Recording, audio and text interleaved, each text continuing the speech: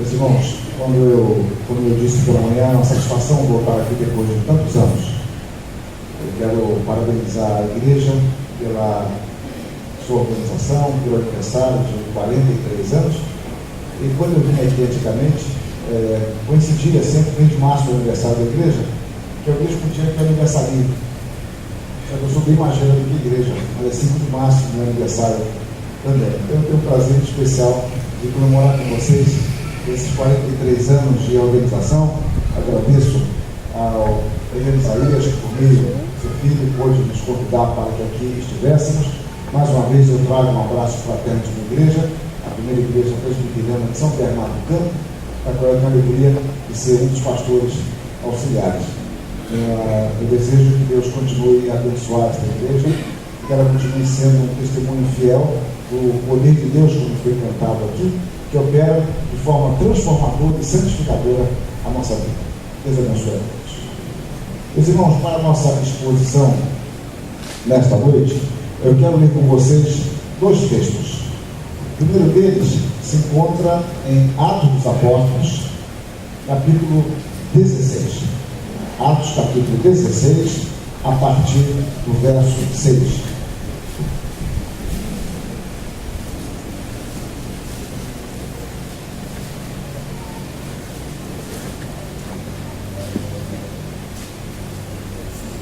Atos, capítulo 16, a partir do verso 6.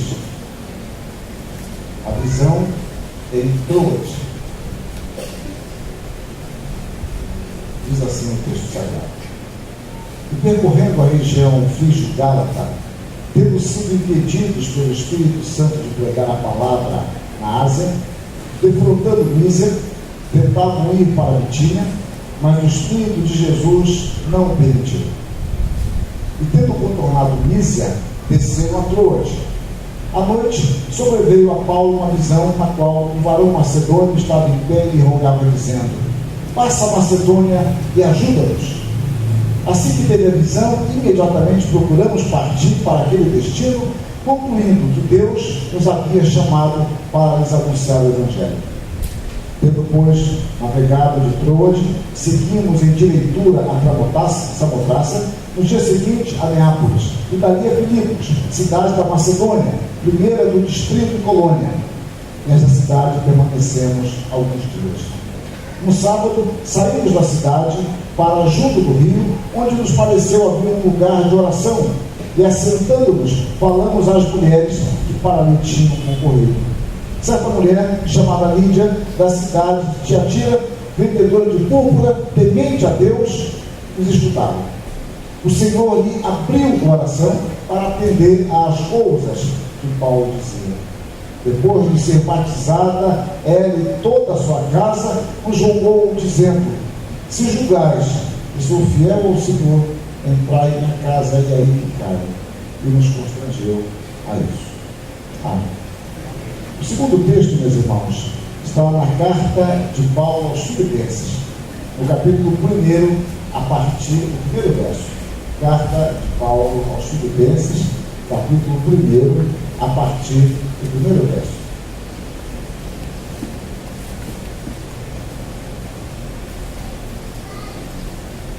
Eu quero ler até o verso 11. Diz assim a palavra de Deus: Paulo e Timóteo, servos de Cristo Jesus, a todos os santos em Cristo Jesus, inclusive bispos e diáconos que vivem em Filipos, graça e paz a vós outros, da parte de Deus nosso Pai e do Senhor Jesus Cristo.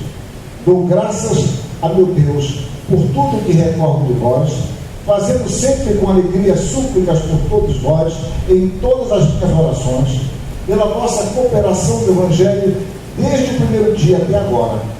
Estou plenamente certo de que aquele que começou boa obra em vós há de completá-la até o dia de Cristo Jesus.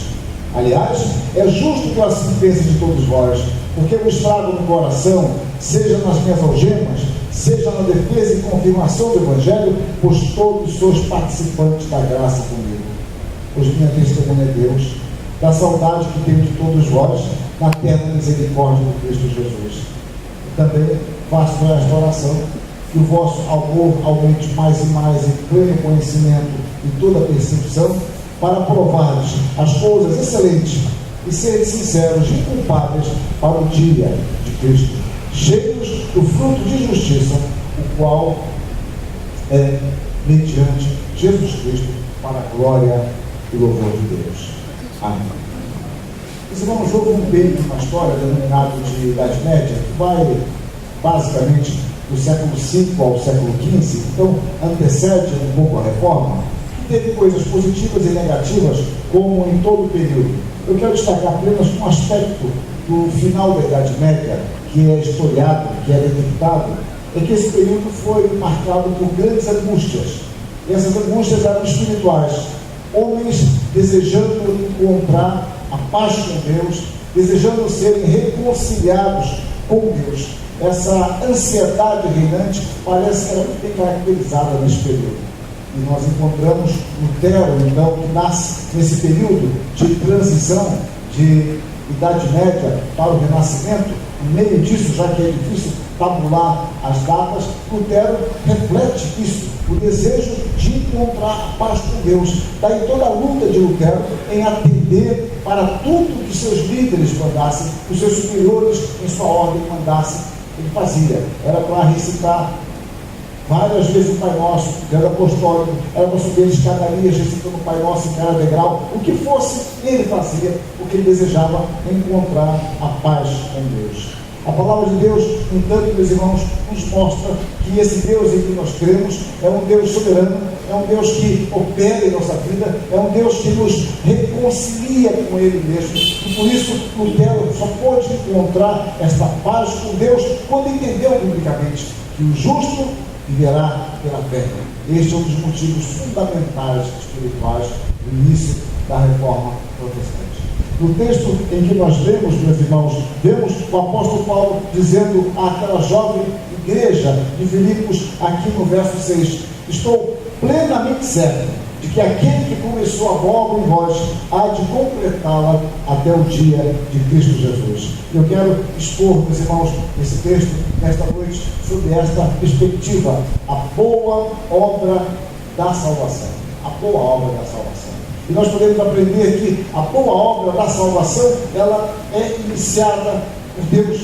Paulo está convicto de que Deus, aquele que começou esta boa obra, ele há de completá-la. Quando o apóstolo Paulo olha para a igreja, para aquela narrativa de Atos que lemos, e entre aquela narrativa de Atos e esse texto de Filipe, aos Filipenses, há em torno de 10 anos, quando ele retorna na história, 10 anos, ele entende que ali há a atuação direta, marcante, transformadora de Deus no surgimento daquela igreja. Apesar de haver elementos característicos ali, sem dúvida há elementos comuns que marcam a criação e o surgimento da igreja de Jesus Cristo. É Deus mesmo que começa esta boa obra em nós, porque é Deus que nos chama espiritualmente. É algo muito curioso. Nós costumamos fazer uma distinção entre o chamado externo e o chamado interno. O chamado externo se refere ao fato de que todos nós somos responsáveis por anunciar o Evangelho, anunciar a palavra de Deus. Isso nós chamamos então de externamente, já que nós não podemos penetrar no coração humano. Mas o caminho que Deus se vale é justamente esse chamado externo, para que Ele atue internamente em nossos corações. Nós pregamos o Evangelho, mas é Deus quem aplica a sua palavra e é Deus quem transforma a nossa vida. E não foi diferente no caso de Lídia. Na narrativa que lemos, nos diz assim: no sábado, saímos da cidade para junto do rio, onde nos pareceu haver um lugar de oração. E assentando-nos, falamos às mulheres que para ali tinham concorrido. Certa mulher chamada Lídia, da cidade de Tiatira, vendedora de púrpura, temente a Deus, nos escutava. O Senhor lhe abriu o coração para atender às coisas que Paulo dizia. Algo muito curioso aqui, e até revolucionário, meus irmãos, é porque Paulo foi falar numa reunião de mulheres, que não era comum na época. O fato de não haver uma sinagoga na cidade indica que havia poucos judeus homens. A tradição dizia que era preciso haver pelo menos 10 homens judeus adultos para criar uma sinagoga. Então ali não tinha judeus, não havia sinagoga, mas essas mulheres se reuniam neste lugar de oração, e Paulo ouviu dizer sobre isso e foi lá, e ele sabia que só havia mulheres. É muito curioso. Lucas, que narra isto, Lucas é aquele que dá mais ênfase às mulheres. É por isso que o Evangelho de Lucas é chamado do Evangelho das Mulheres, onde aparecem mais narrativas se referindo às mulheres. Além das outras, ele dá destaque, por exemplo, ao canto de Ana, se eu não me engano, só aparece ali. E aqui, no livro de Atos, ele vai destacar esse fato. Paulo prega para um auditório feminino. Eu destaco duas coisas. A primeira delas é que Lídia ouvia com atenção o que Paulo pregava. O texto diz que ela nos escutava. Nos escutar é de onde vem a nossa palavra acústica, ou seja, ela tinha uma boa acústica, ela ouvia bem, ela ouvia com atenção, interesse. Poderia ser, no primeiro momento, uma atenção apenas educada.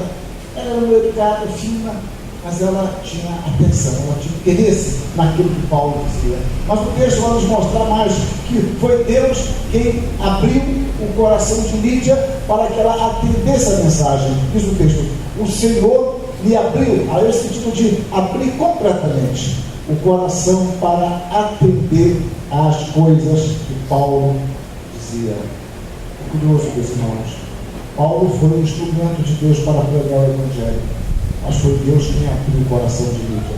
Se Deus não abrisse o coração de Lídia, ela jamais entenderia a mensagem salvadora. E, meus irmãos, é magnífico saber que conosco não foi diferente. Foi Deus mesmo quem abriu o nosso coração para atender a mensagem. Nós poderemos até, quem sabe, entendê-la intelectualmente. Podemos entender a mensagem como fazendo sentido, mas nada daquilo vale para nós espiritualmente se Deus não aplicar a sua palavra, se Deus não abrir o nosso entendimento, se Deus não abrir o nosso coração, nós jamais seremos salvos, porque a palavra de Deus jamais fará sentido espiritual para nós.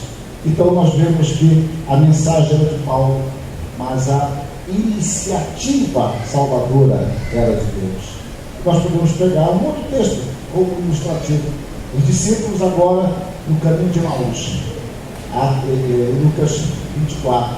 Eles estão frustrados, eles estão derrotados, com a perspectiva de que suas esperanças foram frustradas, que Jesus Cristo morreu e tudo terminou, e o Senhor ressurreto então se coloca ao lado deles e começa a caminhar e lhes explicar as Escrituras. Foi esta então a percepção deles, conforme narra Lucas. E aconteceu que quando estavam à mesa, tomando ele o pão, abençoou e tendo-o partido lhes deu. Então se lhes abriram os olhos e o reconheceram, mas ele desapareceu da presença deles.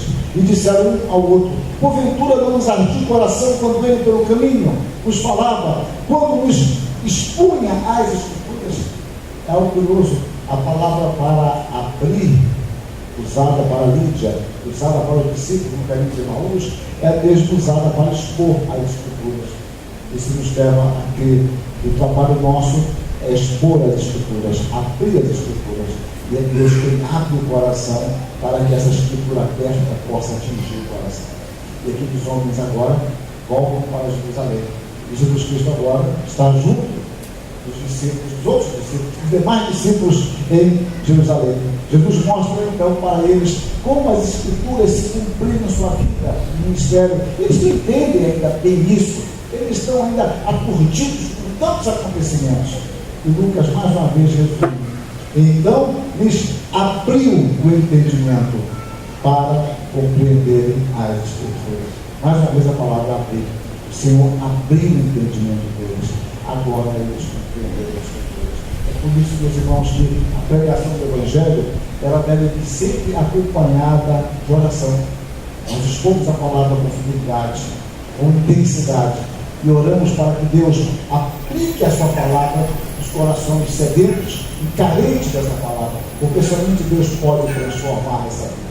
Então, quando Paulo olha para o início da igreja de Filipos, ele diz: aquele que começou a boa obra em vós. Não fui eu, diz Paulo, não foi Filipe, não foi Silas, não foi Timóteo, nenhum de nós. Quem começou a obra foi Deus.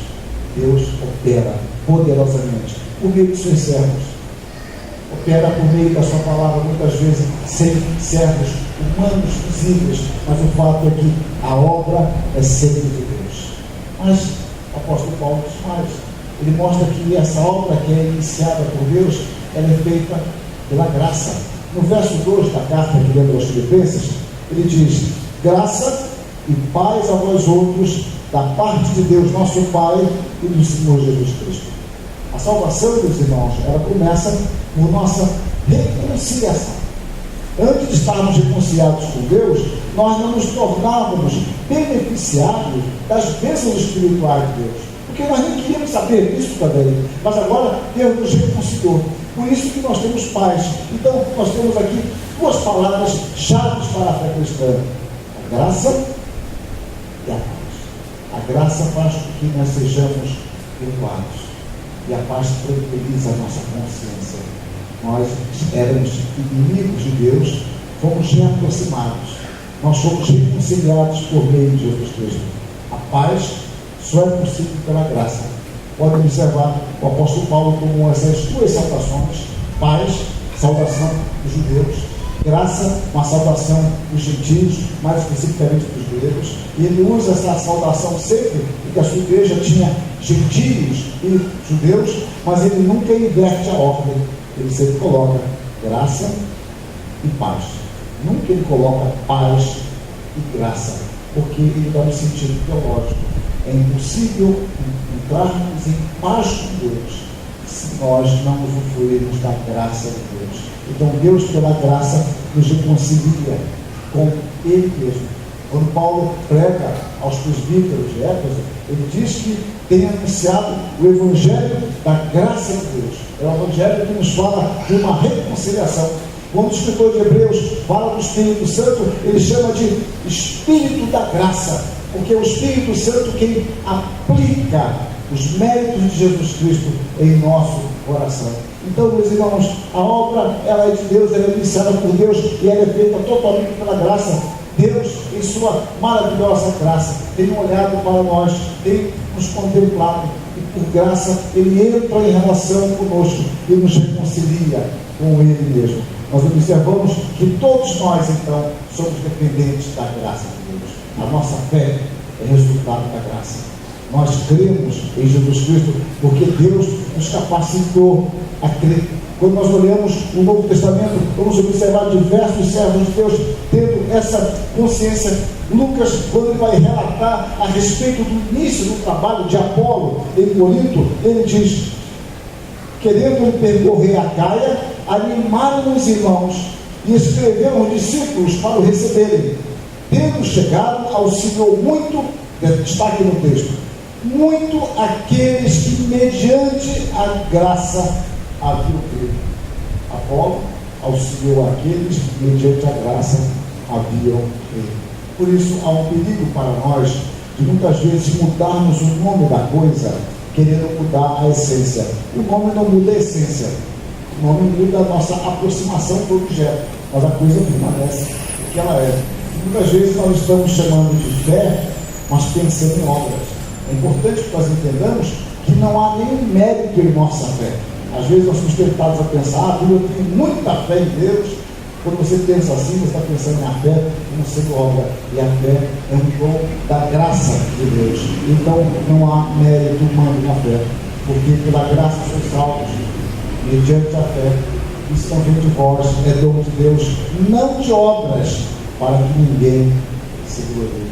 Quando o apóstolo Paulo ele relembra o chamado de Deus na eternidade e a execução do seu propósito na história, ele diz que Deus nos salvou e nos chamou com santa vocação, não segundo as nossas obras, mas conforme a sua própria determinação e graça, que nos foi dada em Cristo Jesus antes dos tempos eternos. Repare, a graça de Deus, ela antecede a nossa criação. Aquele hino que as igrejas conhecem, muitas vezes o coral canta, maravilhosa graça, expressa muito bem essa verdade. A graça de Deus é uma graça maravilhosa. Por esta graça nós somos reconciliados. Então Deus é aquele que começa esta boa obra em nós, e Ele começa pela graça.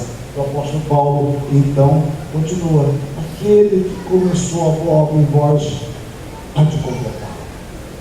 Meus irmãos, devido às nossas limitações, que incluem falta de previsão, de planejamento, inconstância, doenças, ou seja, nós somos limitados, nós não conseguimos prever todas as coisas.